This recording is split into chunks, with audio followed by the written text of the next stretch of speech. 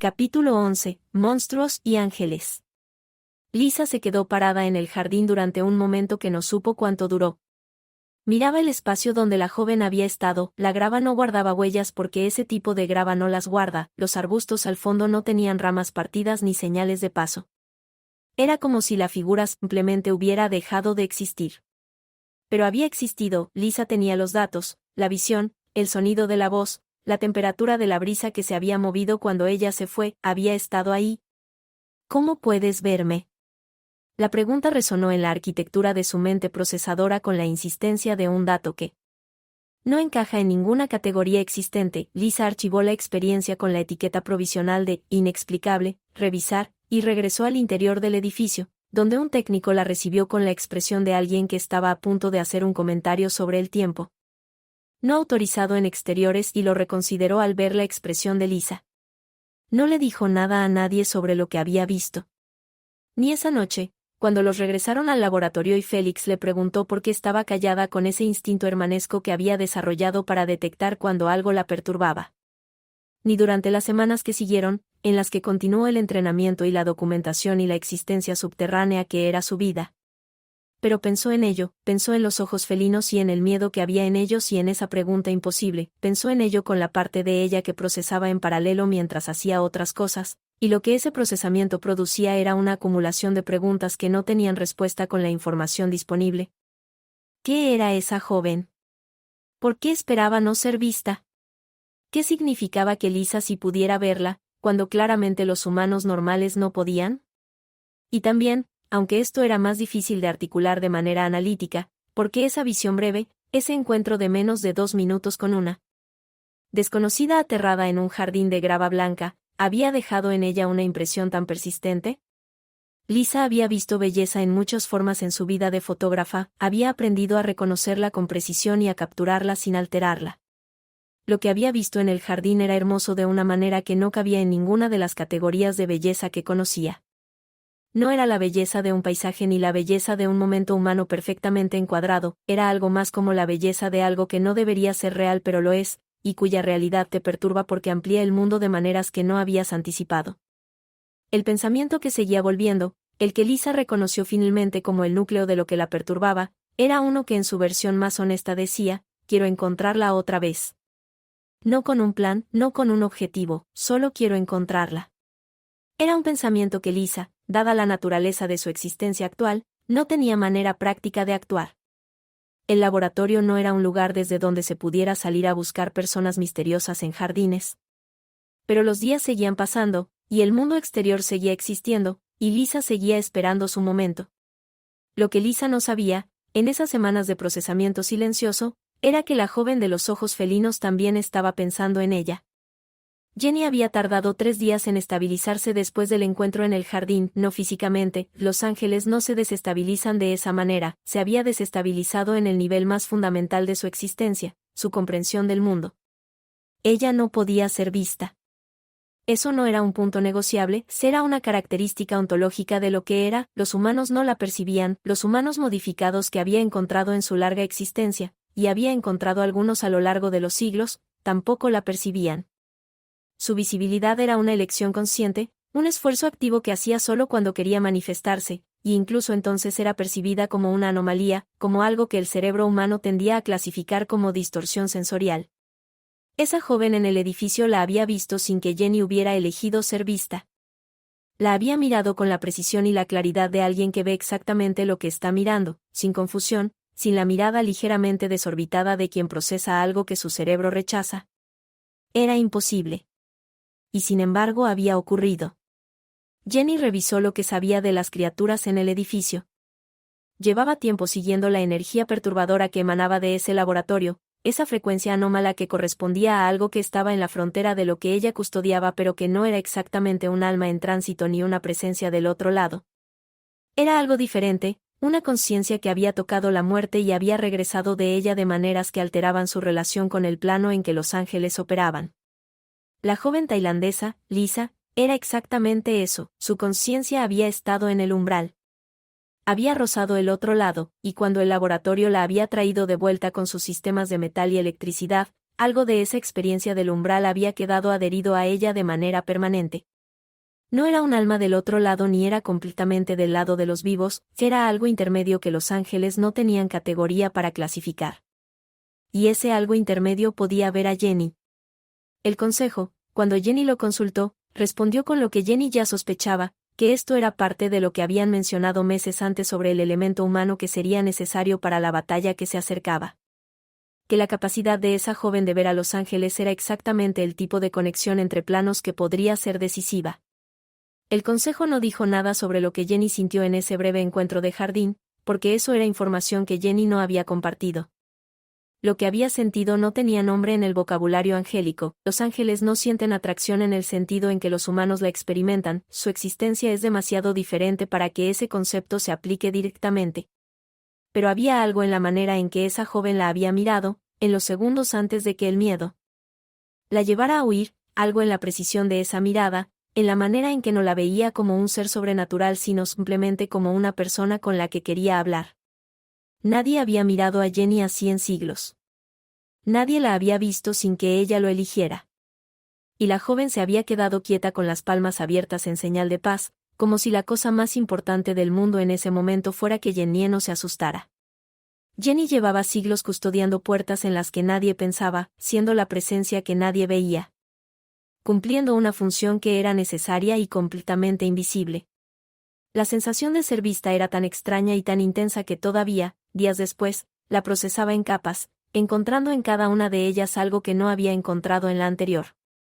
Y mientras la procesaba, sabía que tendría que volver, no porque el consejo se lo hubiera dicho, sino porque algo en ella que era más antiguo que cualquier instrucción que jamás hubiera recibido le decía que hay encuentros que no terminan cuando las personas se alejan. Capítulo 12. La conspiración del mal. El maligno tenía muchos nombres y ninguno de ellos capturaba completamente lo que era. Los textos que el Consejo de los Umbrales guardaba en sus archivos más antiguos lo describían con terminologías distintas según la época en que habían sido escritos y la tradición espiritual de quien lo había documentado. En algunos era la vacuidad activa, la ausencia de ser que paradójicamente actúa, en otros era el inverso, la negación de todo lo que da forma y significado al universo, en los más recientes, escritos por ángeles que habían tenido contacto directo con su influencia durante la Gran Guerra. Era simplemente el hambre, porque eso era lo que mejor describía su naturaleza fundamental, una hambre infinita de lo que los otros seres tienen y él no tiene. Vida, el maligno no tenía vida en ningún sentido que la palabra tenga significado, era una conciencia sin sustrato, una voluntad sin cuerpo, un querer sin la capacidad de recibir lo que se quiere. Y esa privación, acumulada durante los milenios que había pasado sellado en el espacio que existe entre los mundos, se había vuelto tan extrema que ya no era solo la ausencia de algo sino la activa devastación de todo. El sello que lo contenía era un sistema de equilibrios construido durante la Gran Guerra por una alianza de seres que ya no existían. Como todos los equilibrios, dependía de que sus componentes se mantuvieran en posición y como todas las construcciones complejas, tenía puntos de vulnerabilidad que alguien con suficiente tiempo y paciencia podía encontrar. El maligno tenía a ambos. Lo que los ángeles guardianes comenzaron a detectar no fue una ofensiva directa sino exactamente lo que Jenny había percibido como esa frecuencia anómala en las puertas, una erosión sistemática. Pequeñas grietas en los sellos, criaturas menores, que habitaban los márgenes entre los mundos, siendo corrompidas y reclutadas sin que los guardianes lo detectaran hasta que la corrupción estaba avanzada. Flujos de energía que cambiaban de dirección de manera casi imperceptible, como ríos que lentamente modifican su cauce. El objetivo del maligno era específico, las 9 puertas que Jenny custodiaba. No todas las puertas del sistema de umbrales, solo esas 9, lo que el Consejo entendió, cuando analizó el patrón de las incursiones, fue que esas 9 puertas tenían algo en común que las hacía funcionalmente únicas, eran las puertas que conectaban el mundo de los vivos no solo con el tránsito ordinario de almas sino con el sustrato energético que mantenía el equilibrio entre todos los planos. Si esas 9 puertas se abrían simultáneamente de la manera incorrecta, el equilibrio que sostenía al maligno sellado colapsaría. El Consejo informó a Jenny con la urgencia inusual de quienes han analizado un problema durante mucho tiempo y han llegado a una conclusión que no les gusta. La batalla se acercaba, no de manera indefinida, no como una amenaza abstracta que podría tardar otro milenio en materializarse, se acercaba en términos de tiempo humano, meses, posiblemente semanas. Los sellos estaban debilitándose a un ritmo que los modelos del Consejo proyectaban como crítico en un futuro cercano. Y Jenny no podía enfrentar eso sola. La instrucción del consejo fue esta: la joven del laboratorio, la que puede ver, necesita su ayuda. Jenny, que llevaba semanas pensando en esa joven de todas formas, recibió la instrucción con la calma de quien ya había llegado a la misma conclusión por sus propios caminos. El problema práctico era que Lisa seguía en el laboratorio. Jenny observó el laboratorio durante días, usando su capacidad de moverse entre los planos para acceder a un nivel de información sobre el lugar que habría sido imposible de otra manera. Lo que vio la confirmó en varias cosas. Lisa era extraordinaria, lo era no solo en el sentido técnico de sus capacidades, sino en el sentido que importa más para lo que vendría: tenía la voluntad de alguien que ha sobrevivido lo peor y salido al otro lado sin romperse. También vio a los jóvenes. A Félix con sus cuadernos de dibujo llenos de mundos que quería ver, a Bam Bam con su memoria de cumpleaños y su manera de convertir cada pequeño contacto humano en una forma de afirmar que existía. Los vio con los ojos de quien ha estado cerca de las almas humanas durante siglos y sabe reconocer su calidad. No podía dejarlos ahí. Ese pensamiento llegó con la misma claridad tranquila que tenían las certezas fundamentales, las que no necesitan argumentación porque simplemente son ciertas. Mientras Jenny planeaba cómo hacer contacto con Lisa sin aterrarla otra vez, y mientras Lisa esperaba su momento con la paciencia de alguien que ha aprendido a calibrar el tiempo, el maligno continuaba su trabajo metódico. Las grietas en los sellos crecían. Las criaturas corrompidas se movían con mayor audacia, más cerca de los umbrales, más visibles para los ángeles que los monitoreaban. En 3 de las 9 puertas de Jenny, la frecuencia anómala había alcanzado un nivel que requería intervención directa, y Jenny intervino, conteniendo las grietas con su presencia ahí. La autoridad que tenía, pero sabiendo que era una solución temporal. El equilibrio se sostenía, por ahora. Mientras tanto, en 3 de las 9 puertas de Jenny la actividad corrupta había intensificado su ritmo de manera que ya no podía ser ignorada. En la puerta de Ciudad de México, la del mercado de Cempasúchil, las criaturas menores que operaban al servicio del maligno habían encontrado una fisura específica en el sello que correspondía a un evento histórico. La memoria acumulada de millones de muertos honrados en ese lugar durante siglos había dejado una densidad espiritual que era, paradójicamente, tanto la fortaleza de esa puerta como su vulnerabilidad. Las criaturas habían aprendido a usar esa densidad como palanca, insertando corrupción en los estratos más profundos del sello con la paciencia de quien sabe que tiene tiempo. En la puerta de Génova, la del cementerio marino, la naturaleza del lugar había creado condiciones distintas. El mar tiene su propio umbral, su propia relación con lo que viene después, y las criaturas que el maligno había enviado ahí eran las más antiguas, las que llevaban más tiempo bajo su influencia y por tanto las que habían perdido más de lo que originalmente habían sido. Eran las más peligrosas no por su fuerza bruta sino por la sofisticación de su corrupción, que no atacaba el sello de manera directa sino que intentaba convencer a las almas en tránsito de que el camino correcto era el incorrecto, desviando el flujo natural que mantenía el equilibrio del sello desde adentro. Jenny documentó todo esto para Lisa con la precisión que había desarrollado en siglos de observación. Lisa lo escuchó con esa atención concentrada que tenía cuando procesaba información estratégica, haciendo preguntas que a veces sorprendían a Jenny porque eran exactamente las que ella misma habría querido poder responder y que los ángeles del consejo nunca habían considerado porque nunca habían necesitado formularlas desde el plano físico. ¿Qué pasa con las almas que quedan atrapadas?, preguntó Lisa una noche, mientras Jenny le describía la situación en Génova. Las que se desvían, ¿a dónde van? Al limbo del maligno, dijo Jenny. Su voz era plana pero Lisa había aprendido a leer lo que había debajo de esa planura. No pueden volver, no pueden seguir, quedan en ese espacio de negación que él habita, que no es exactamente nada pero que tampoco es el descanso que deberían tener.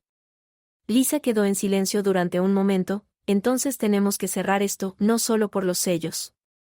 Por ellas. Sí, dijo Jenny, y en esa confirmación había algo más que confirmación, había el reconocimiento de alguien que ha custodiado esas almas durante siglos y que, al escuchar su urgencia formulada en voz de otra persona, la siente con más claridad de lo que había podido sentirla sola. Y en las noches que siguieron, Jenny, que no necesitaba dormir pero a veces elegía quietud para procesar, pensaba en una joven con palmas abiertas en un jardín de grava blanca que había dicho, hola, como si no hubiera nada más natural en el mundo que hablarle a algo que no debería poder ver. Capítulo 13. Alianza imposible. La segunda vez que Lisa vio a Jenny, fue ella quien buscó el encuentro. Habían pasado varios meses desde el jardín. Lisa había seguido entrenando, observando, esperando, y en las semanas que precedieron al evento que ella había clasificado como la fuga, había estado rastreando algo que no sabía exactamente cómo nombrar, una presencia. Era difícil de describir con la exactitud que le gustaba aplicar a las cosas, era una sensación que llegaba a veces durante las sesiones de entrenamiento o en los momentos de quietud por la noche, cuando el laboratorio estaba al mínimo de actividad y el ruido de fondo de los equipos era lo único que rompía el silencio. Era la sensación de que alguien estaba ahí que no estaba siendo detectado por ninguno de los sistemas del laboratorio. Lisa había aprendido a confiar en sus sensores mejorados, pero había aprendido también que había cosas que sus sensores no registraban de la manera convencional y que sin embargo eran reales. Una noche, tomó la decisión de responder a esa presencia de manera directa. Se sentó en su litera con los ojos abiertos en la oscuridad y dijo, en voz muy baja, al aire, sé que estás ahí, puedo sentirte, no necesitas esconderte. El silencio que siguió fue diferente del silencio ordinario. Fue un silencio que tenía atención en él. Y entonces, despacio, como si la oscuridad encontrara una nueva forma de organizarse en un punto específico, Jenny apareció. No con efectos dramáticos, no con luz ni sonido, simplemente estaba ahí donde antes no había estado, sentada en el borde de la litera opuesta como si llevara un rato en esa posición, con esa expresión en los ojos felinos que Lisa por fin pudo leer de cerca. Era curiosidad mezclada con algo que en un ser humano habría llamado nerviosismo. Las dos se miraron durante un momento que podría haber sido incómodo y en su lugar fue otra cosa, el reconocimiento mutuo de dos entidades que son suficientemente inusuales cada una para no escandalizarse de la inusualidad de la otra. Hola, dijo Lisa, igual que en el jardín. Jenny soltó algo que era casi una risa, siempre dices hola. Es un buen comienzo. Lo es, una pausa. Me llamo Jenny. Lisa. Así comenzó la alianza más improbable que se había formado en los alrededores de los umbrales desde que existían umbrales. Hablaron durante horas esa primera noche, Jenny le explicó lo que era, lo que custodiaba, lo que se acercaba, lo hizo con una claridad que sorprendió a Lisa, que había esperado algún tipo de misterio angélico y en su lugar encontró a alguien que describía su existencia con la precisión práctica de quien ha tenido siglos para entenderla. Lisa le explicó a Jenny lo que era ahora, el proceso que la había hecho así, lo que podía y lo que no podía hacer, también con claridad, cuando mencionó las operaciones, la forma en que su cuerpo había sido construido pieza por pieza. Jenny la escuchó sin compasión performativa sino con la atención de quien está recibiendo información que importa. ¿Por qué puedo verte?, preguntó Lisa. Porque estuviste muerta. La manera directa en que Jenny lo dijo no era desconsiderada, era simplemente honesta. Tu conciencia tocó el umbral, eso deja algo, una permeabilidad entre los planos que normalmente no tienen los vivos. ¿Solo yo?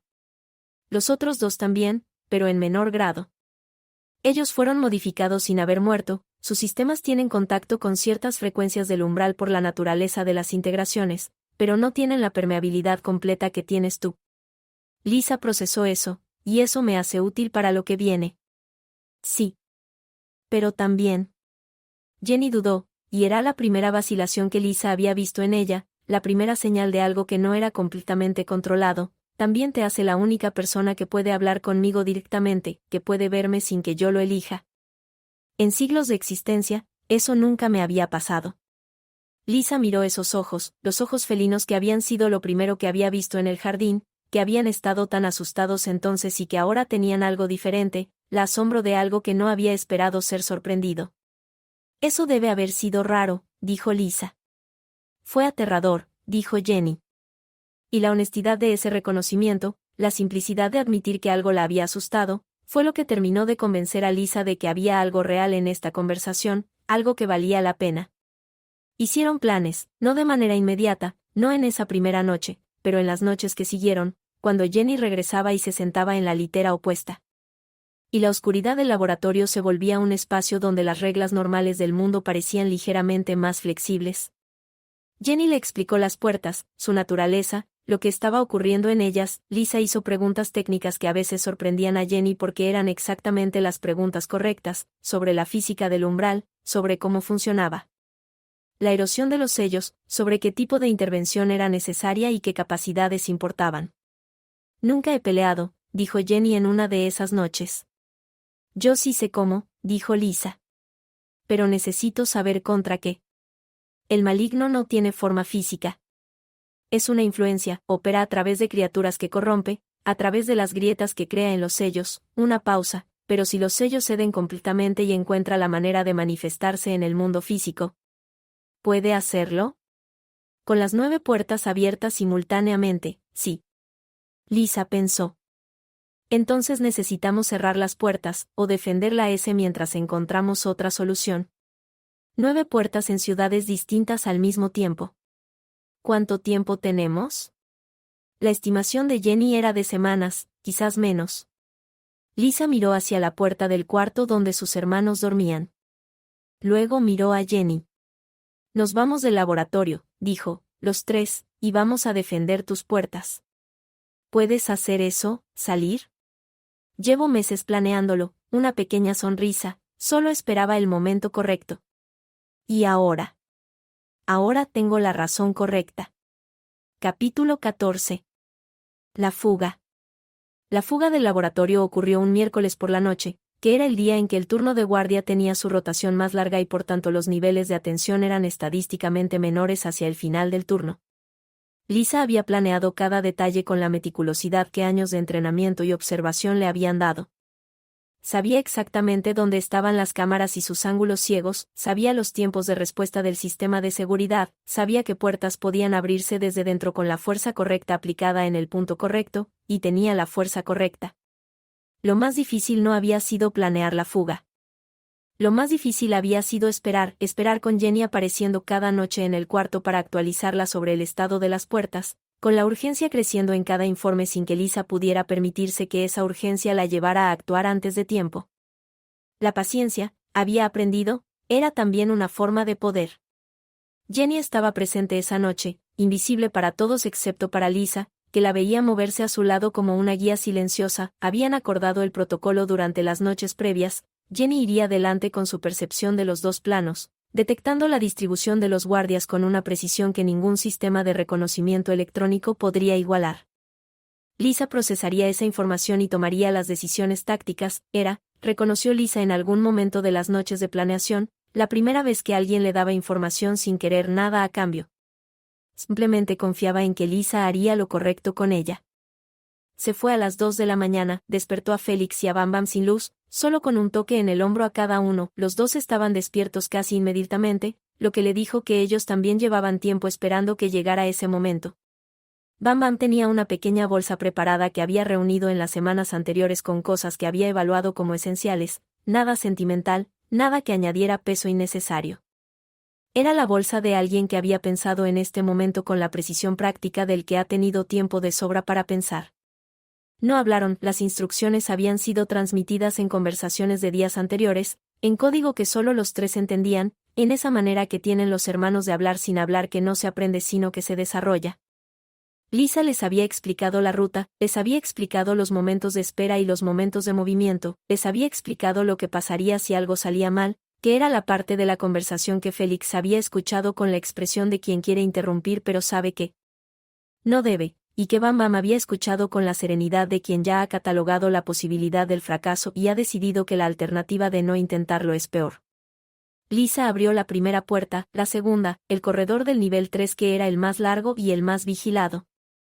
Jenny caminaba delante, viendo cosas que Lisa no podía ver pero interpretando y comunicando con señales que habían establecido durante sus conversaciones nocturnas. Un movimiento hacia la derecha significaba esperar, un movimiento hacia adelante significaba avanzar, la mano extendida con la palma hacia abajo era la señal de agacharse y no moverse bajo ninguna circunstancia. Hubo 3 de esas señales de palma hacia abajo en el primer corredor, los 3 obedecieron sin dudar, aprendiendo en tiempo real lo que Lisa ya sabía, que confiar en Jenny era tan natural como respirar, aunque por razones que ninguno de ellos podría haber explicado completamente.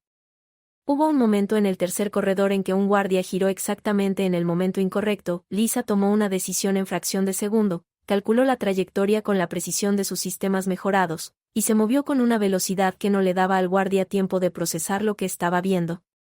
No lo lastimó más de lo necesario, era un guardia joven, probablemente trabajando en el único empleo que había podido conseguir con su formación, y Lisa tuvo el pensamiento rápido de que él tampoco había elegido completamente estar ahí.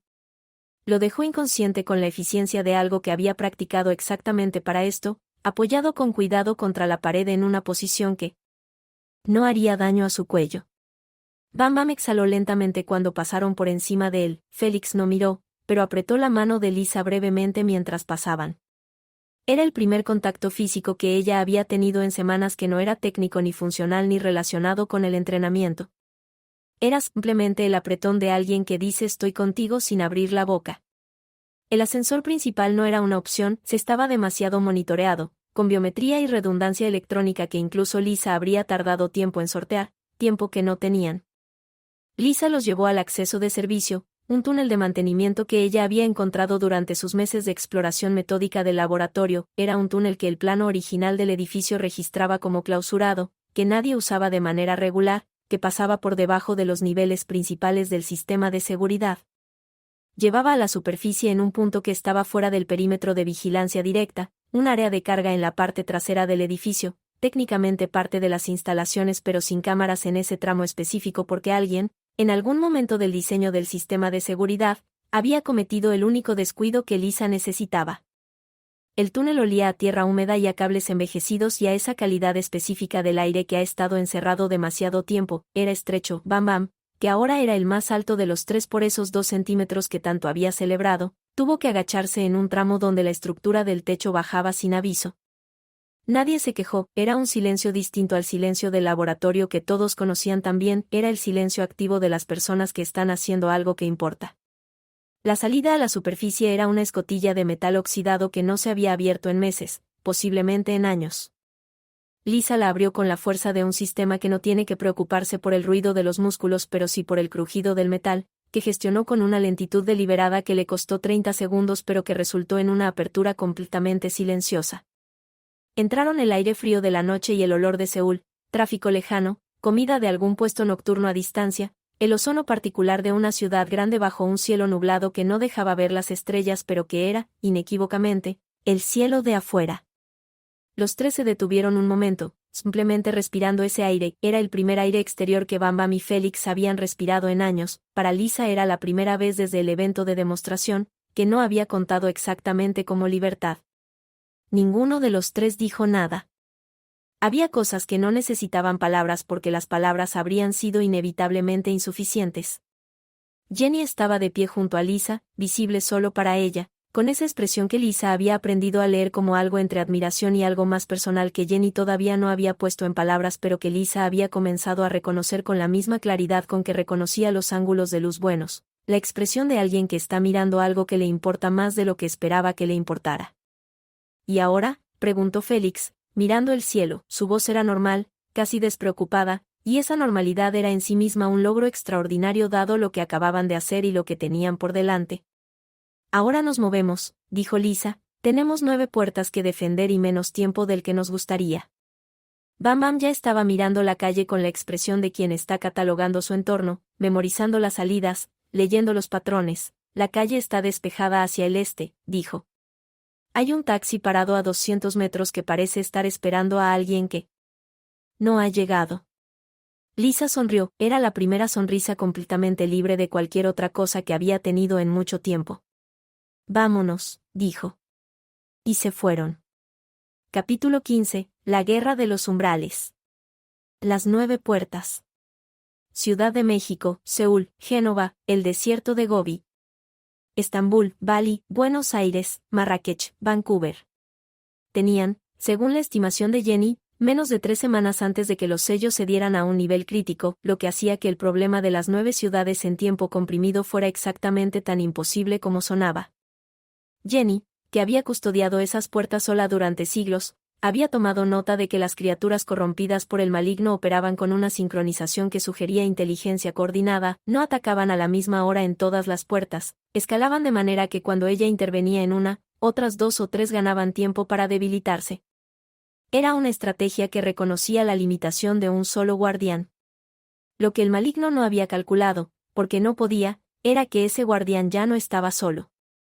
Los primeros días después de la fuga fueron de movimiento constante y recursos obtenidos de maneras que Lisa prefería no detallar pero que eran en realidad bastante directas. Había sistemas en su cuerpo que podían interactuar con infraestructura digital de maneras que los ingenieros del laboratorio nunca habían documentado oficialmente porque sabían que si lo hacían el alcance de lo que habían creado se volvería incómodo para los financiadores. Lisa usó esas capacidades para asegurar documentos, transporte y los medios básicos para operar.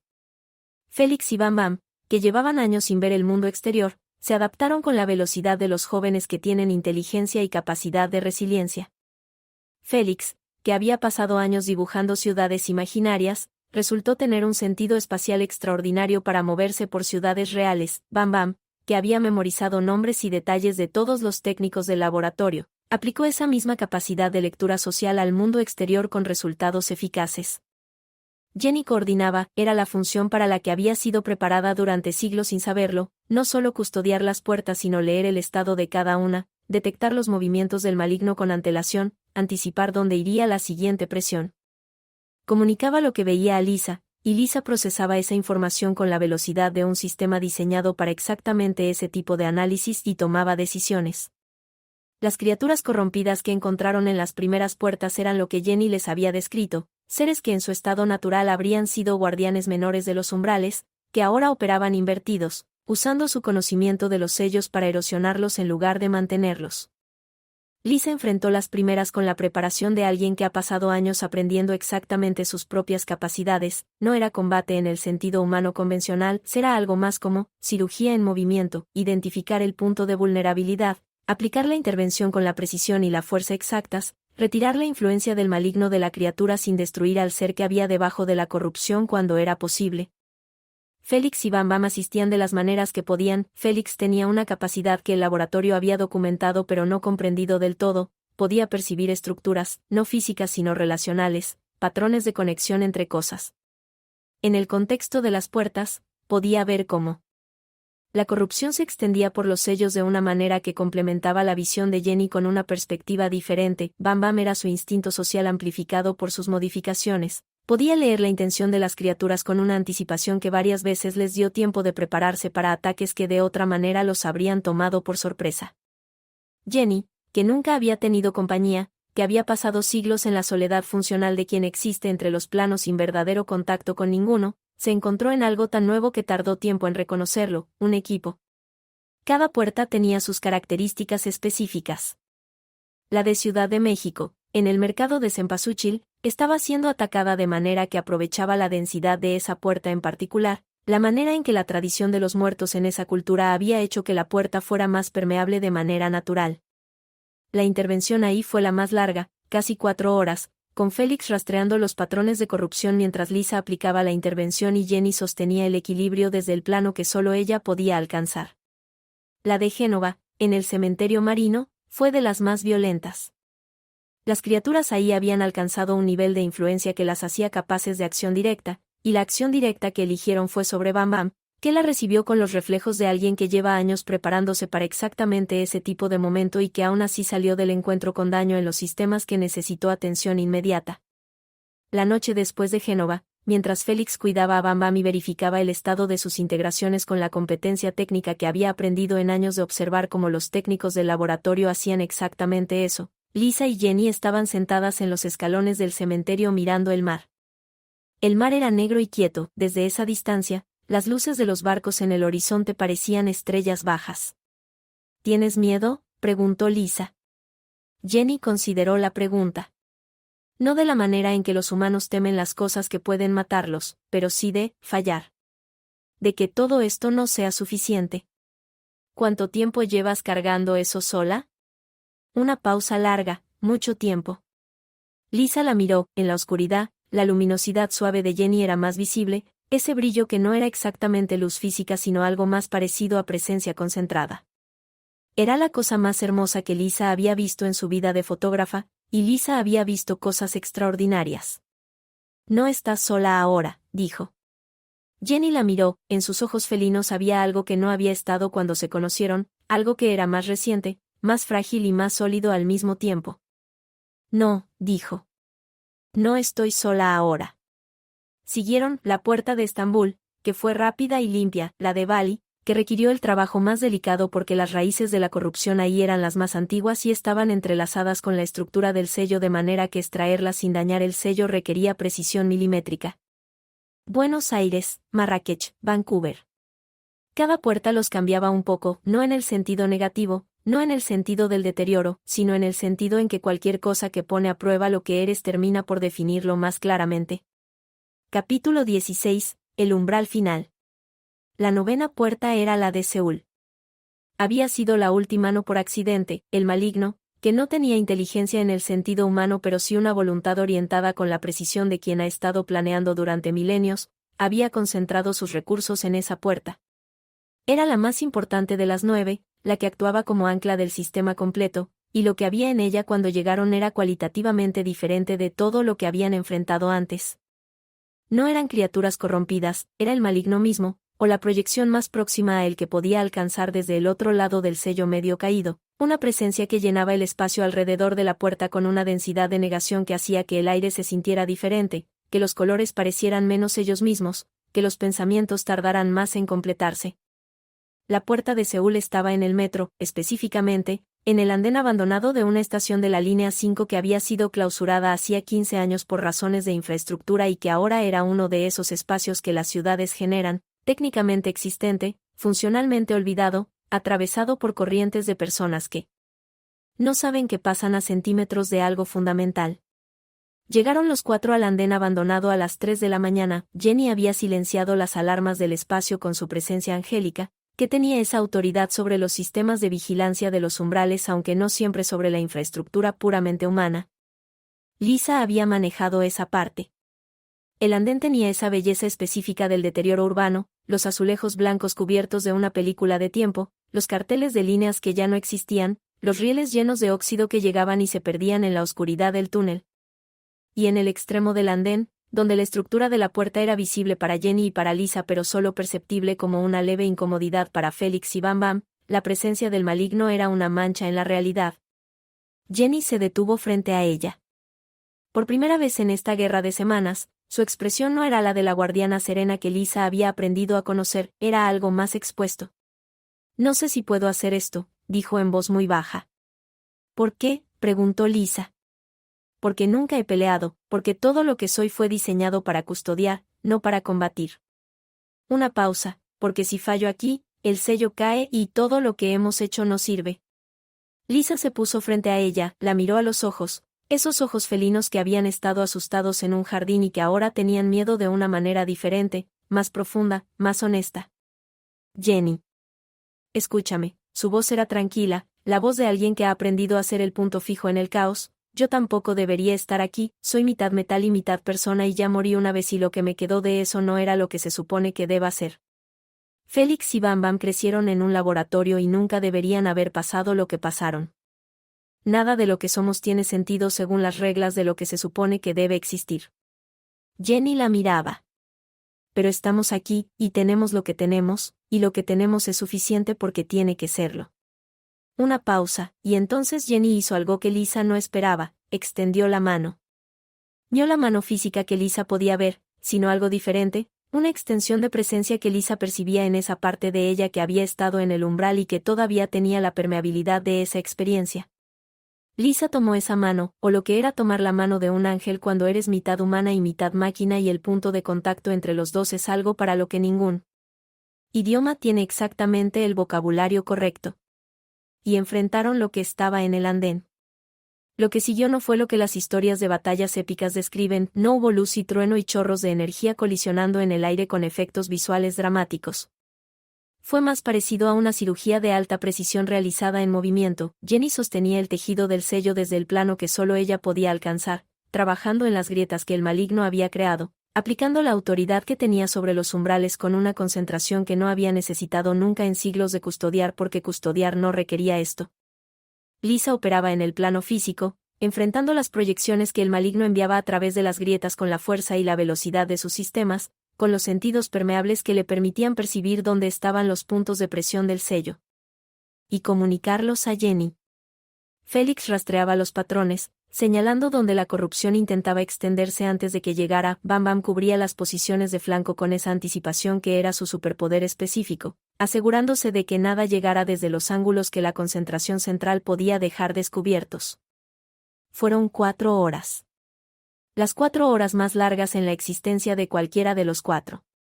En algún momento de la tercera hora, la presión del maligno aumentó de manera que Jenny sintió que el sello cedería antes de que pudiera cerrarlo. Lisa lo percibió en la manera en que la mano de Jenny, esa mano que no era exactamente física pero que era completamente real, apretó la suya con una desesperación momentánea.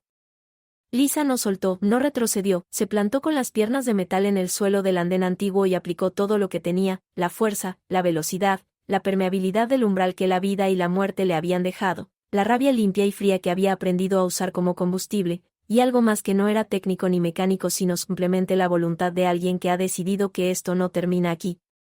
Y Jenny, que llevaba siglos sola en su vigilia, que nunca había tenido la mano de nadie en este trabajo que nunca terminaba, aplicó todo lo que era, la autoridad de siglos, la paciencia que es en sí misma una forma de poder, y algo que era nuevo, algo que la presencia de Lisa había generado en ella sin que lo hubiera buscado.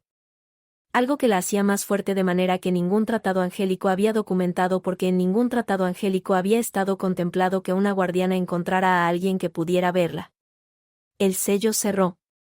No con un sonido dramático, con el tipo de quietud que viene después de que algo que ha estado vibrando de manera incorrecta por mucho tiempo finalmente encuentra su frecuencia correcta. Con la misma calidad que tiene el final de una tormenta cuando el cielo se aclara y el silencio que queda es un silencio limpio. Las 9 puertas estaban cerradas, los sellos estaban intactos, el maligno, contenido de nuevo, retrocedió hacia ese espacio entre mundos donde había estado durante milenios y donde permanecería mientras los sellos se mantuvieran.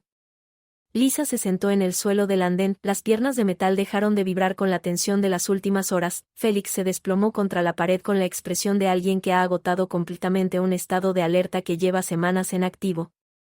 Bam Bam se quedó de pie porque seguía siendo Bam Bam y el orgullo de no derrumbarse era parte fundamental de su carácter. Jenny se sentó junto a Lisa.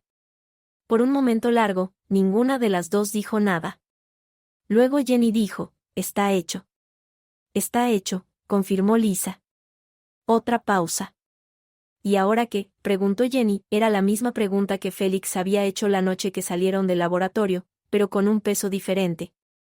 Era la pregunta de alguien cuya existencia hasta ese momento había tenido una función clara y que ahora se encontraba en el momento después de esa función, sin saber qué forma toma la vida cuando el trabajo urgente ha terminado. Lisa giró la cabeza para mirarla.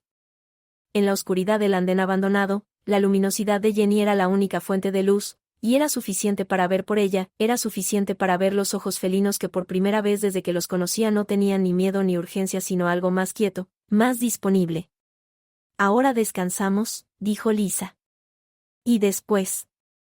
Una pequeña pausa en la que algo que había estado callado en ella durante mucho tiempo encontró espacio para ser dicho, «Después veo si todavía sé encuadrar una foto». Jenny la miró. «¿Fotografías?». Era lo que hacía, antes de todo esto. Lisa miró sus manos, las de metal y las de carne. «Quiero ver si todavía funciona, si los ojos que tengo ahora siguen viendo las cosas que valía la pena recordar». Jenny consideró eso. «Hay lugares que vale la pena ver», dijo lentamente, «lugares que he estado custodiando durante siglos y que nunca he visto de verdad porque siempre estaba mirando la puerta en lugar del lugar». Era la cosa más cercana a una invitación que Jenny había formulado en mucho tiempo. Lisa lo recibió como lo que era. «Entonces muéstramelos», dijo. Capítulo 17, lo que queda después. El Consejo de los Umbrales registró la Batalla de las 9 Puertas como un evento sin precedentes en varios sentidos.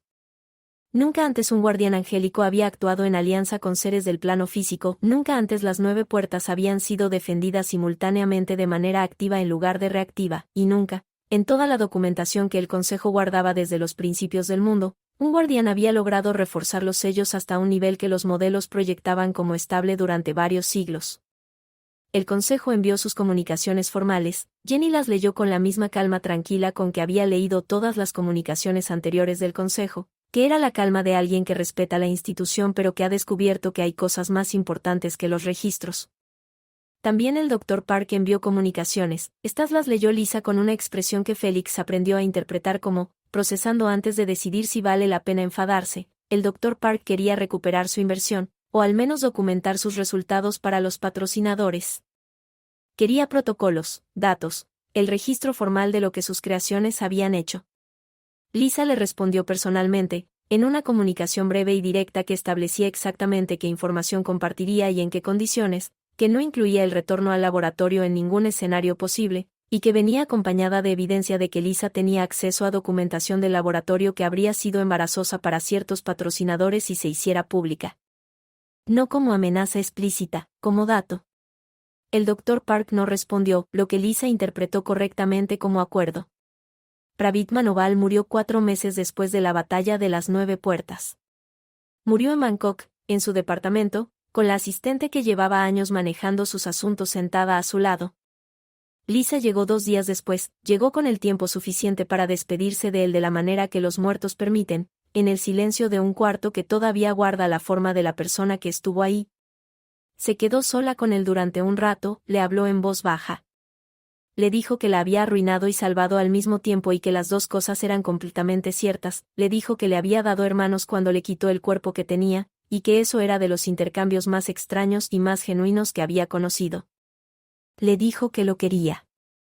Jenny, que había venido con ella, estaba de pie en el umbral de la habitación. No de manera metafórica, de manera completamente literal, estaba en el umbral de la puerta de la habitación de Pravit, que era también el umbral en el sentido que ella conocía, el punto donde la energía de ese hombre que había vivido de manera tan complicada comenzaba a tener la calidad de lo que viene después. Cuando Lisa salió del cuarto, miró a Jenny con esa mirada directa que era una de las cosas que Jenny había aprendido a reconocer como definitivamente Lisa. ¿Está bien?, preguntó. Jenny entendió la pregunta, no era, ¿está bien su cuerpo?, ni, ¿está clínicamente muerto? Era, ¿lo que viene después del umbral es algo que merece la pena? Está bien, dijo Jenny, y lo dijo con la autoridad de alguien que lleva siglos viendo ese tránsito y que ha aprendido a distinguir las partidas con paz de las que no la tienen, está bien. Lisa asintió, no con resignación sino con la aceptación específica de alguien que ha estado suficientemente cerca de la muerte propia como para haberla desmistificado de manera parcial. Los 4, después de eso, se reorganizaron de la manera que se reorganizan las personas que han pasado por algo extremo juntas y que han decidido, tácita o explícitamente, que el otro lado de ese algo lo enfrentan también juntos. Félix, que llevaba años dibujando ciudades que no había visto, las vio, empezó en Bangkok porque era donde podía, y resultó que Bangkok era exactamente lo que sus dibujos habían imaginado excepto más ruidosa, más olorosa, más completamente real. Dibujó de verdad por primera vez, con cuadernos que tenían el peso del lugar en lugar del peso de la imaginación.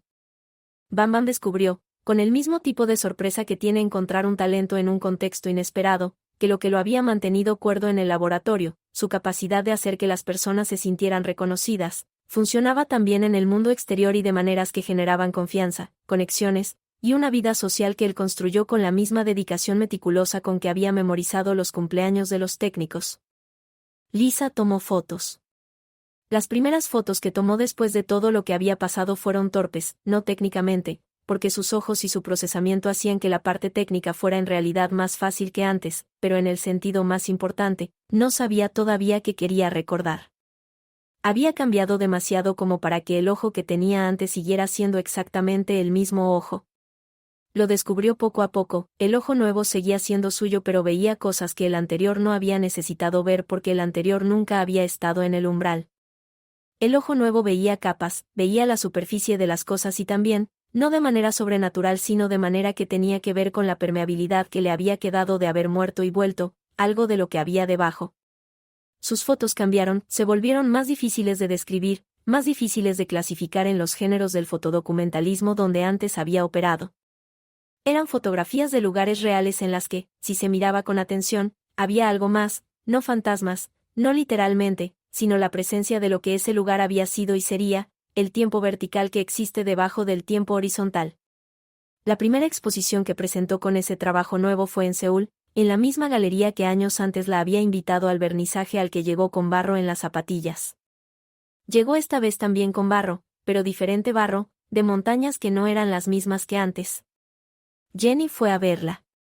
Fue la primera vez que eligió voluntariamente ser visible en un espacio completamente público sin ninguna razón funcional, caminó por la galería con la misma sencillez con que había aprendido, en las semanas de la Guerra de las Puertas, a ocupar espacios del mundo como si tuviera derecho a estar en ellos, que era algo que ninguna instrucción del consejo le había enseñado pero que Lisa le había mostrado simplemente siendo ella misma. La gente en la galería la veía, cosa que normalmente no ocurría pero que esa noche ocurría, y que Jenny había previsto con la misma serenidad con que había comenzado a manejar las cosas nuevas, las manejaba.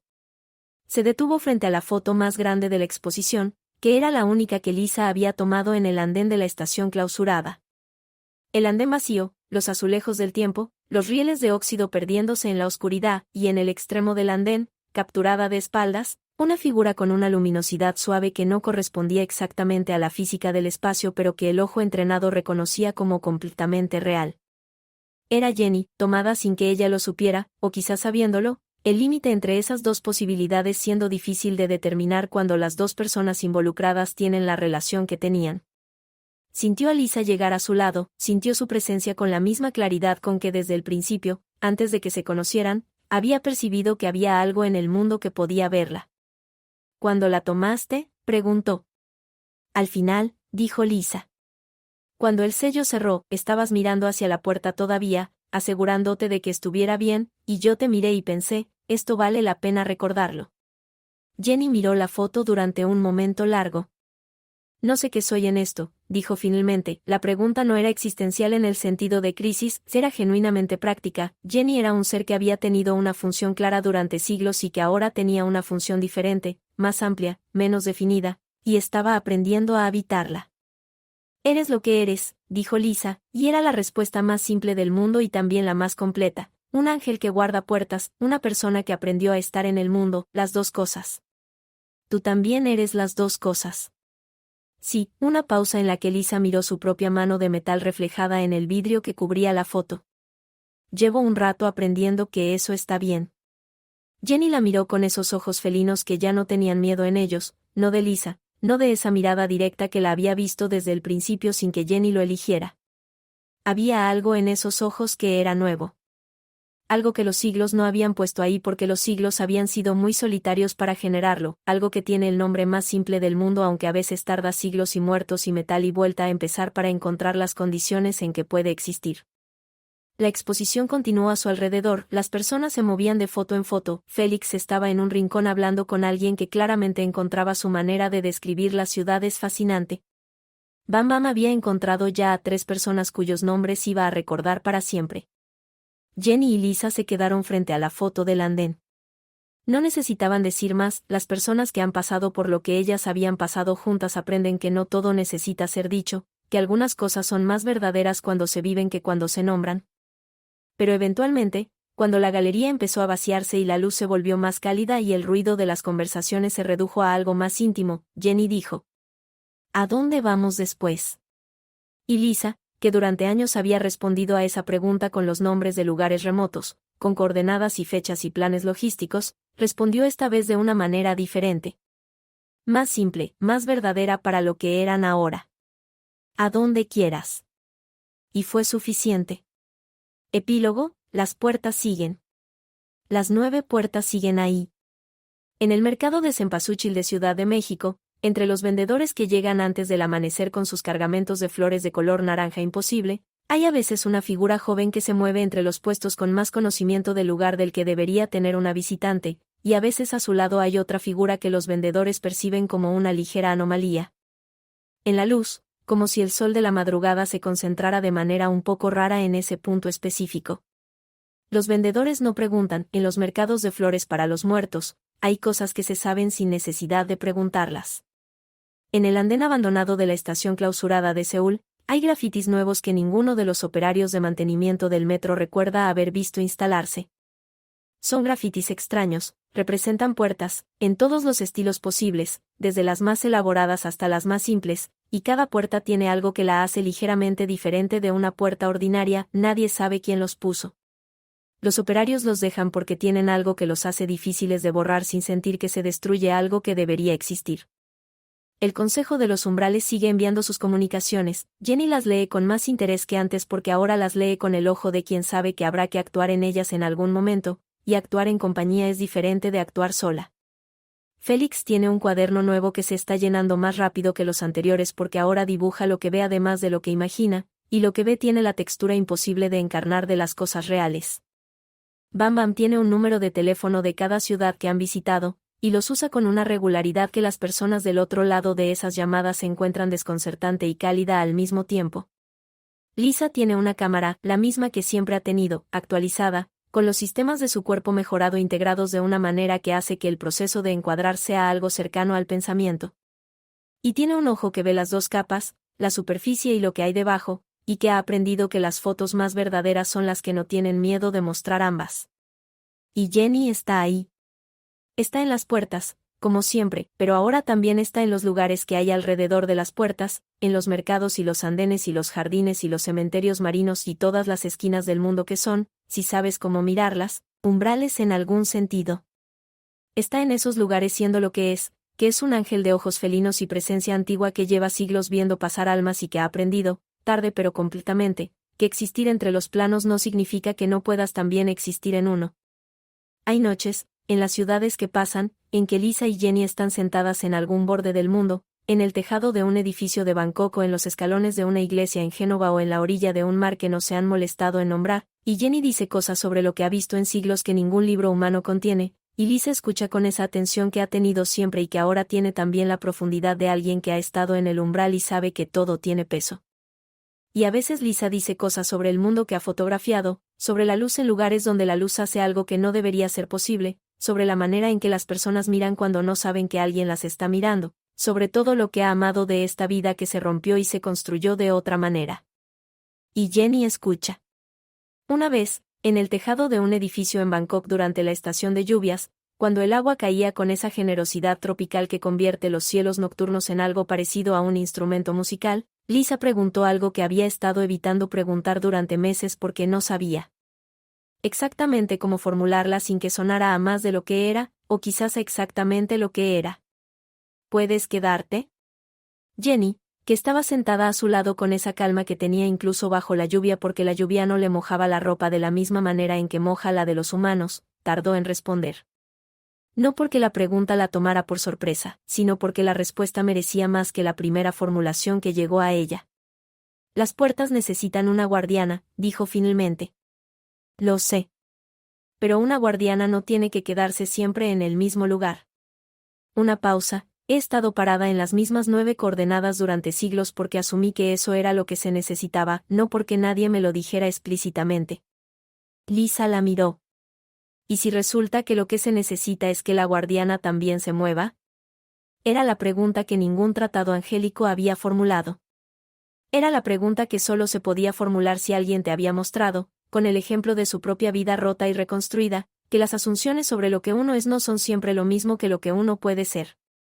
Entonces la guardiana se mueve, dijo Jenny. Y la lluvia de Bangkok siguió cayendo, y las dos siguieron sentadas en ese tejado, y ninguna de las dos dijo nada más en mucho tiempo porque todo lo importante ya había sido dicho. Las puertas siguen. El equilibrio se sostiene. Y 2 ángeles, uno de metal y uno divino, siguen aprendiendo lo que significa estar en el mundo que custodiaban desde afuera.